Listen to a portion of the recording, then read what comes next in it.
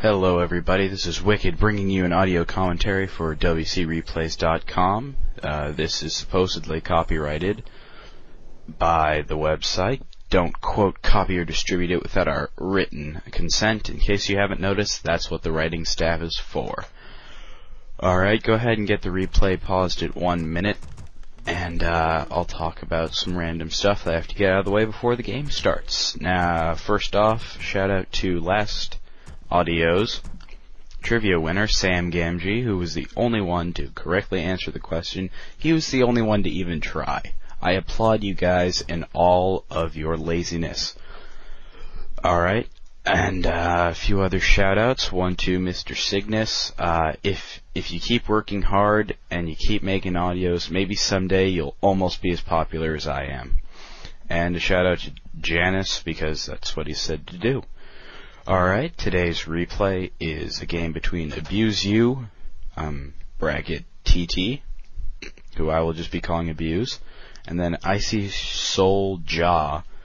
who I will be calling Soul. They're playing on 2 rivers, and it's human versus orc. Now, I must warn you, this game is not of the highest caliber, but it is pretty funny. It's a pretty good comeback story by one of the players, and there are a few tidbits of strategy that can be thrown in. There are a couple things that the people do. Alright, so if you got the replay paused at 1 minute, first I want you to take a look at all the creeps, because sometimes when you pause the replay just right, you can get the creeps in the middle of doing really cool stuff. Like, I have it so that when it's paused on 1 minute, on the left side of the map, the red gold mine guards, one of the trolls is in the midst of doing a flip, and it looks pretty darn weird. But with that out of the way, we'll get the replay unpaused pretty soon. The orc Abuse is playing on the top. He is orc once again, and Soul is yellow. He's on the bottom, and he's human. So if you've got the replay paused at 1 minute, it doesn't really matter if you have Fog of War on or off. I'll be commentating from both sides. So if you have the replay paused at 1 minute, you can unpause in 5, 4, 3, 2, 1, unpause. Alright, so now we've got the game starting with basic builds from both people. Really nothing to talk about during this opening stage except a little bit of human versus orc strategy. On the human side, you should definitely always get an arcane tower when you're facing orc. Not only does it help prevent Blade Master harass, it will also, in one of the recent patches, it was added that it will help extremely with your wolf harass, because the peasants won't go down to the wolves since the arcane tower is doing extra damage to the summoned units. Because human armies often creep, or should creep, I should say, versus an orc opponent rather than go after them, you always want to send a scout militia so that you know what's going on, since you're not going to be at the orc base for very long. Now, Soul sends a footman out to do something up on the left side of the map. Not sure what his motivation there was. As you can see in his base, the scout tower is going up that will later be turned into a arcane tower. Now, look on the right side of the map, and you have one of the peasants, the same peasant that was formerly a militia, building a scout farm. Scout farms are very useful as humans, because they can, well, for one, scout, and you can also buy things, as you see later, from the shops. And by shops, I mean, of course, Goblin Laboratory, where you can buy reveals, and mercenary camps, you can also buy mercenaries using the farms, in case you guys did not know that. So here, Soul is on the right side of the map, not going to be able to cancel this farm in time. It's going to finish, and yeah, so that's one strike against Soul as his farm is being destroyed. There's still a footman patrolling outside of Pink's base, but it's being pulled back at the moment. Soul and Abuse are both at the moment. No, excuse me. Soul is just creeping. Abuse is still destroying that farm that Soul set up. There's not really much to talk about here other than making sure to tank with your water elementals when creeping, but that should be fairly obvious to everyone. Continuing to get footmen from Soul's side. Footmen are an efficient counter to grunts because of their heavy armor and their easy micro ability. Although some people might say foots are hard to micro against grunts, they really aren't. the creeping going down both sides makes this quite boring. And Soul is going to go creep out his mine, but he's not going to expand until a little bit later. Summons up the water elemental, goes to tank it with the creeps. Actually, there is something to talk about here.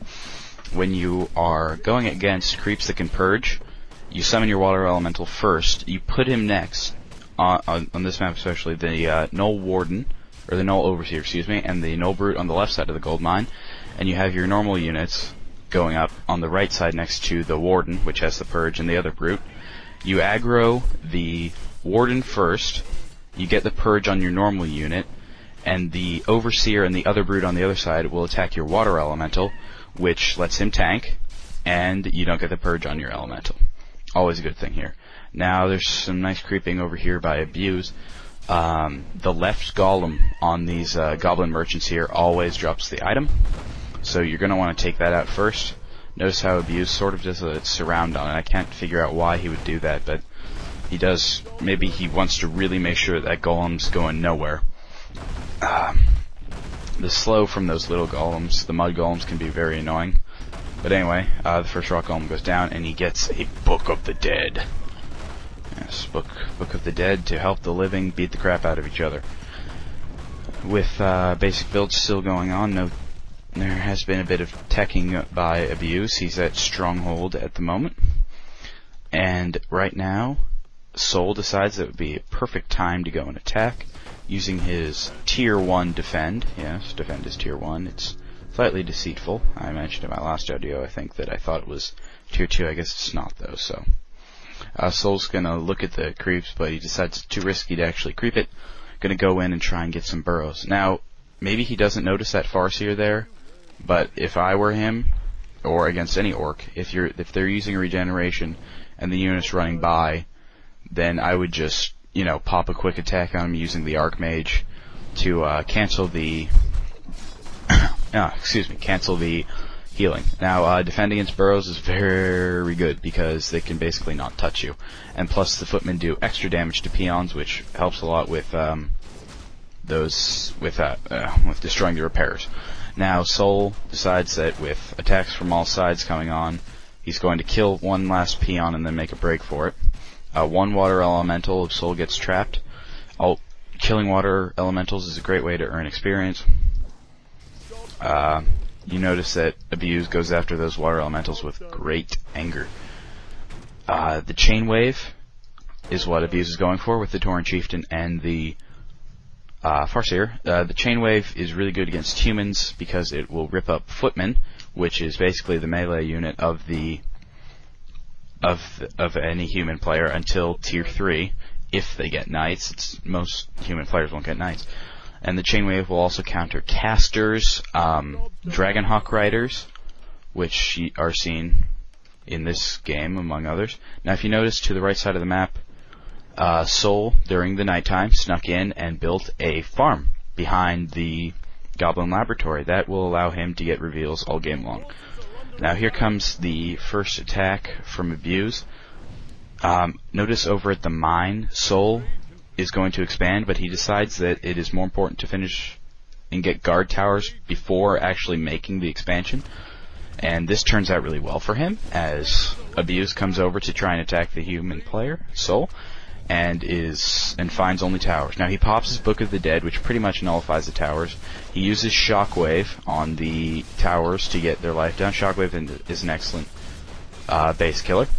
Now you'll notice that Soul is repairing those peasants repairing the towers with everything he's got, but the Book of the Dead is overwhelming them. Now look at Abuse here. He is very good at focusing down footmen with his grunts and killing them. He pretty much goes through them like butter, using his grunts and Farseer and Tauren Chieftain. Down to now 2 footmen and a water elemental, but he still has his towers. Soul is going to retreat momentarily. However, due to some lack of micro, Abuse just lost his Tauren Chieftain. So there goes the wave. So now it's just chain, and more water elementals being summoned, etc., etc. So, moral of that story is building towers before getting the expansion itself, generally a good idea. Now watch here as Abuse tries to run away his weak Farseer and Soul uses his peasants from his expansion to block it and force a TP. I think that is quite the move, and I was very impressed with Soul when he used the peasant stop. So Soul is going to have 5 of his peasants build a expansion, and another one build another tower. Massing towers at your expansions versus Orc will keep anything away except demolishers, obviously. Abuse basically doesn't get demolishers this game because, you know, that would be way too smart. And it says, prepare to die, newbie. Obviously, people with bad manners never win, right? Well, we'll see. So, continuing on the strategy portion of this game, more towers have been built at Soul's base because human towers are very cheap to build, and although they have long upgrade times once they're up, they're very powerful, and they're very good for repelling armies very quickly after you've lost a bunch of units. If you can throw up 2 towers behind a well-built human base, and by well-built I mean pretty much all in a line with the towers behind the more high HP buildings. If you can pull that off, then it's very hard to reach the towers. If you notice over at his expansion, he's building up a 5th tower, and momentarily you'll be building farms in front, or farms to block the towers behind the town hall. So now Soul is going to try and harass with an archmage and footman. I've never really seen this work, but he does kill a shaman before losing a footman and then running away with his archmage and then losing another footman, which he will in a moment. So there's a failed harass for you right there. With the archmage retreating, wolves, that he's using wolves to constantly scout your human opponents generally works out well. If you're creeping and you happen to have a spare wolf, go ahead and send it over to his base. It's not, if you send it over to his base, it's most likely going to be killed by the Arcane Tower, which means he's not going to get experience, so it's pretty much a free scout. Other than the fact that you lose a wolf, but that doesn't really matter. So, Soul's going to go and draw Abuse's units towards him. He's going to try, Soul really wants to get Abuse to fight near his towers, which is something that Abuse doesn't want to do. So, Keep has been reached by Soul, and he's going to start massing some air versus this all-ground-based army, whose only form of anti-air are shamans, which are notoriously weak. By notoriously weak, I mean they suck. And the Farseer. The Farseer can cast Chain Lightning, I guess, but really, sometimes you can use some anti-air. Although, Abuse is building bestiaries to get Bat Riders or Wyverns or whatever strikes his fancy. Mountain King second from Soul. Mountain King very good against Orc because of it can because of Brilliance Aura it can spam Stormbolt against Grunts or even nuke the Farseer, which is pretty much the lowest HP unit in the Orc army, is their hero, which makes no sense. But anyway, so that's what it can be used for. It can also be used for clap. You'll see some very efficient bolt clap nuking later. Now, Soul has managed to cancel Abuse's expansion, which is a very good thing to be able to pull off with only an Archmage. Now, if you notice here, because of the human base, Abuse can't get into the base and thus the weak armored towers until he destroys this altar, which is why Soul is trying very, very hard to repair it. He's not able to, and the Mountain King is surrounded easily. Now, the human base, if you build it right, they should have to do this. They should have to destroy a high hit point building in order to get inside and get to your towers that are beating down on them. Now, using a teleport with one hero, it's all right in some circumstances. Like I suppose this time it would be all right, but generally speaking, not really. Now, the 3 shamans you notice are definitely sufficient to get rid of any water elemental with, with a high speed. The first Dragonhawk Rider has been gotten by Soul. I don't know why Abuse got Kodos. Maybe it's just because he had a bestiary and wanted the damage boost. It's always good to have a Kodo. If you can have one Kodo in your army, that'll counter, you know, one knight, one tauren, anything like that. So the first time that your opponent gets a heavy melee unit, it's gone. Plus you get that damage bonus, and the damage bonus is always nice.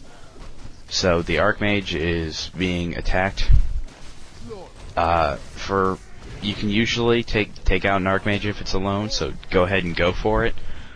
But sometimes it's too hard to, but you know, it depends on the situation. So now with a couple of Dragonhawk Widas, get a couple Dragonhawk Widas.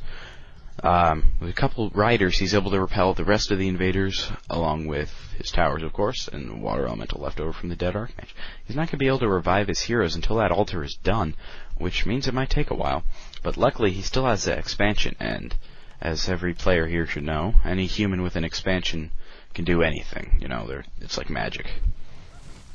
And if you're a human who has an expansion and whose wood peasants have just been completely destroyed, what would you get? Well, me, personally, a Goblin Shredder, which is also what Soul chooses. A Shredder can replace the work of approximately 10 wood peasants, making its mere 200 gold investment a very good choice. I'm surprised that more players don't use the Shredder for how good it is.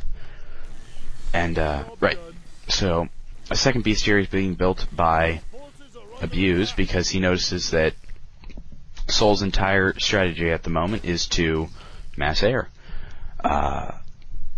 Abusey right there should have used Purge to get that Footman. As the Footman comes back, he will have another chance, but the Footman runs away yet again. Never mind. So, as Abuse says here, go mass air now won't save you. I've never heard a truer word. Or have I? We'll see later.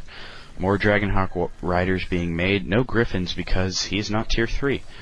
Towers being built back at Soul's base. Like I said, after your army's been decimated, nothing hits the spot like a couple hundred towers. Using Scan, which he gets without having crept the Goblin Laboratory, thanks to Mr. Night Farm. He has discovered that this town hall is almost done, and he decides that this would definitely be a good time to try and do something about it. But he can't until his heroes are done. So with the 2 Griffin Aviaries, as well as the Shredder working away at his base, it's been said that Troll Bat Riders counter air, and I seem to believe that at the moment. So the Bat Riders have just destroyed the Dragonhawk Riders, because they do a lot more damage and they're cheaper. So now camping at his base is abused. Generally a good idea to camp at your expansion until it's completely done. However, it is at a slightly lower HP due to some attacks, and that almost kills it later. You'll see. Now the Archmage is almost popped out, and then the Mountain King will proceed to revive. Luckily the Mountain King is only level 1, so it shouldn't take more than a couple seconds. So 3 Dragonhawk Riders can be a counter to Bat Riders, as long as there's sufficient micro. If you're able to shackles before they can explode on you, basically, then they can counter it. Now, creeping is going on both sides. Another expansion spot is being crept out by Buzu. He's going to try and use Bat Riders to finish it off without using any ground units, because that's basically an undead trick where you use air to kill creeps, very high level creeps, that you probably couldn't do with your ground army just because the high level creeps cannot attack air. So there are 4 Bat Riders going after the red creeps at the expansion. He's going to try and get another expansion in order to out-expo the human.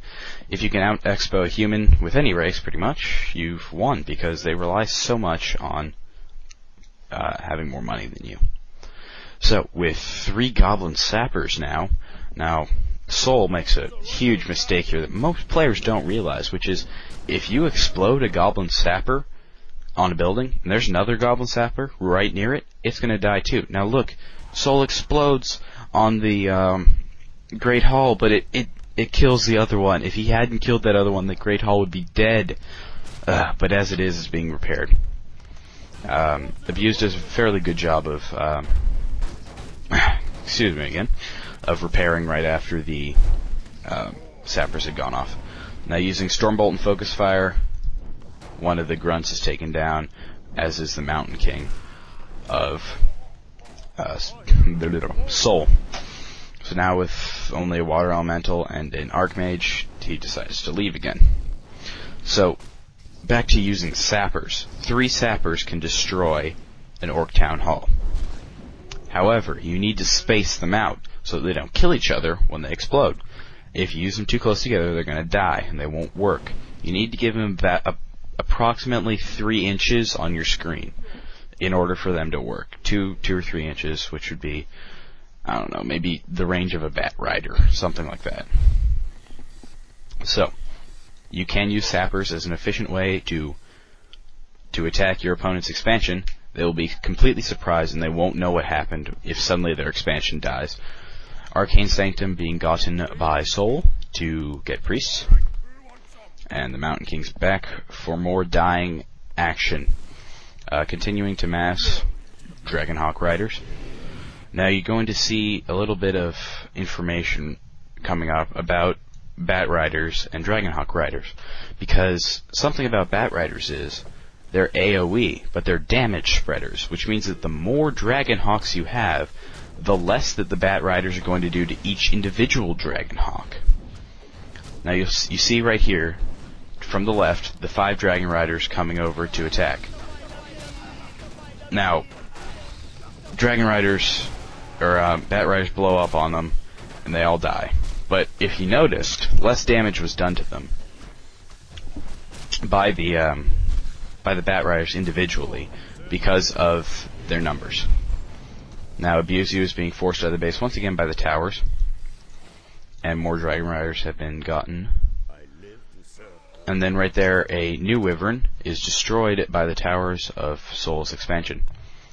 So a Tri-Hero by Soul is, the third hero would be the Paladin. You usually get Tri-Hero if you're in a position where your army's gone, because heroes alone can sometimes win you entire battles, and they will.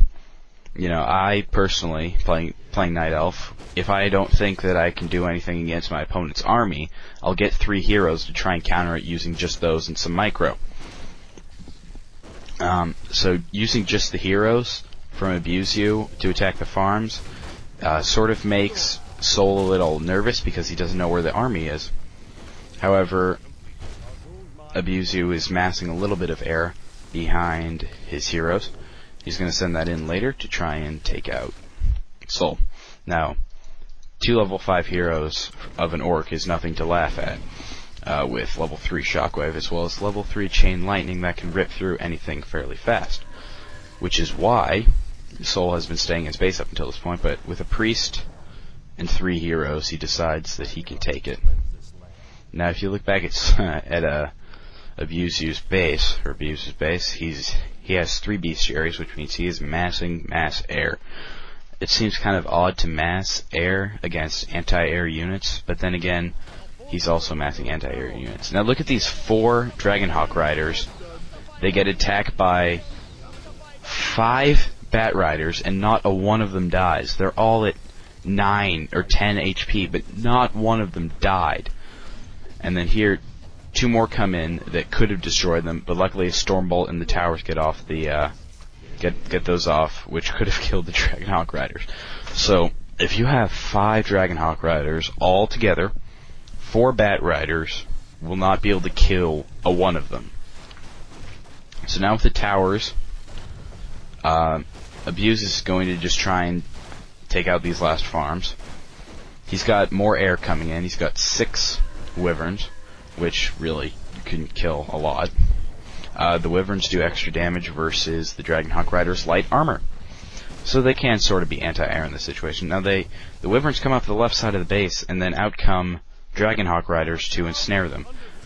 3 of them are ensnared and killed. The Archmage gains a level, as does the Mountain King from this. So, excuse me, it wasn't ensnare, I guess it's aerial shackles, so they were shackled. But the farms are still all dead for Soul. And now that the farms are dead, Abuse has decided it'd be a good time to split, and he does. He realizes, he being Abuse, that the longer this game goes on, the more advantage he has, because he now has 2 expansions up. Soul, also realizing this, decides that now is the time to attack, or creep a little bit more, depending on the situation. He's going to go and creep this red cramp. How can you creep a cramp? Holy... Creep this red camp, and he's going to just use all of his units, unlike Abuse, who did the smart thing with killing the anti-air ones, and then moving and letting his air destroy the more powerful ones. Now with his scan, Abuse actually sees Soul creeping, but his army's too far away to actually do anything about it. But look at how the Archmage has been stationed near the bridge to scout and check for any incoming armies, so that he can have a little bit more warning before he gets completely destroyed. Some nice item drops. He got the Unholy Aura item, which goes well with the Brilliance and Devotion Aura. Now, here's another example of the damage spreading. A bunch of Bat Riders go in, and nearly nothing dies, but because of Chain Lightning, a lot of stuff is nearly dead, which means that this second wave of Bat Riders does a few of them in. But, the Chain Wave isn't as efficient when there isn't large armies to destroy. It can be used as a weak nuke. It's not as good as even just plain Stormbolt. And with the Paladin, none of the heroes of Soul are dying. So, he's countered all of Abuse's bases. He doesn't have an army that can be chain waved, and he doesn't have heroes that can be nuked. So what does he have that Abuse can kill? Well, I don't know, nothing. You tell me. I'm not an audio commentator or anything. So notice how Soul goes for the peasants, or the peons in this case, before going for the building. It's to make sure that he gets the experience. So killing the peons, getting the experience from that, then attacking the hall is definitely the way you want to go when going about destroying expansions. Although this isn't true in the case of Night Owls, when, well, some players will destroy the Entangled Gold Mine, and some players will destroy the main hall. It's really a matter of preference. I don't care either way. I'll just do whatever I feel like at the moment. But versus Orc and Human, as long as there aren't towers, you should definitely go for the peons first, and then the building. If there are towers, you go for the towers, and the peons, and the building. You want to make sure those peons don't get away, because that's just experience walking out. And if experience walks out on you, then what do you have? You got nothing. Got nothing. So Abuse is in the process of losing both of his expansions. He decides that this one is one that can't be lost, so he's sending out his Bat Riders to go and kill Soul's Dragonhawk Riders. But if you notice, Soul runs them away as soon as he sees the Bat Riders, so that the Bat Riders have to go sort of through a gauntlet in order to get to him. And because of the damage spreading, only 2 or 3 die, 2 or 3 Dragonhawk Riders that is die. But with the Chain Lightning, a lot more of them die. So Chain Lightning plus Bat Riders equals dead Dragonhawk Riders. Now, Abuse You is still reviving his Tauren Chieftain from the last time it died, and his Farseer is driven away by the Stormbolt. So now you see again the peons being killed prior to the main hall. Now, as soon as his Tauren Chieftain pops out, Abuse You is going to do something that undead players do a lot, which is going out just with your heroes to see how much damage you can do, you know, just with those. Because heroes can do a lot of damage just on their own without armies. However, not when they're facing a spell such as Stormbolt. And definitely going for the Paladin first here is Abuse. He wants to take that out as soon as possible. But with Stormbolt, using the Staff of Sanctuary, they don't have the Staff of Preservation here, he's able to get his Paladin out. Now look how he being Soul, uses Stormbolt and then Clap to get that extra damage. The MK is a nuke in himself. He has the Stormbolt for the direct damage, and then he has the Clap for the slow and more damage. Another Clap and Bolt there takes down that Tauren Chieftain fairly quickly. And as Abuse You's final comments graciously flow across the screen, I would say that I do have some respect for Soul. He managed to come back from a game that I thought he would lose. There were a few points in that game when I wondered, why isn't Soul dead yet? But I hope you guys enjoyed the game. I'll agree with you when you say that it's not the greatest game in the world, but there were a few things in there. The farm building behind Goblin Laboratories is always good for reveal. Tips on how to use sappers to destroy Great Halls, that was cool. And massing Dragonhawk Riders against anti-air, that'll always work. So I hope you guys enjoyed the commentary. I don't have a trivia question for you guys this week because, I don't know, you guys didn't really come up with anything in the last one except for Sam Gamgee, who I might add is a pretty cool guy for being the only one to respond. Right. Anybody else who I forgot to give a shout out to, I'm sorry. And this has been a audio commentary for WCReplays.com. Keep it real, fellows. This is Wicked, straight out of Compton, signing off.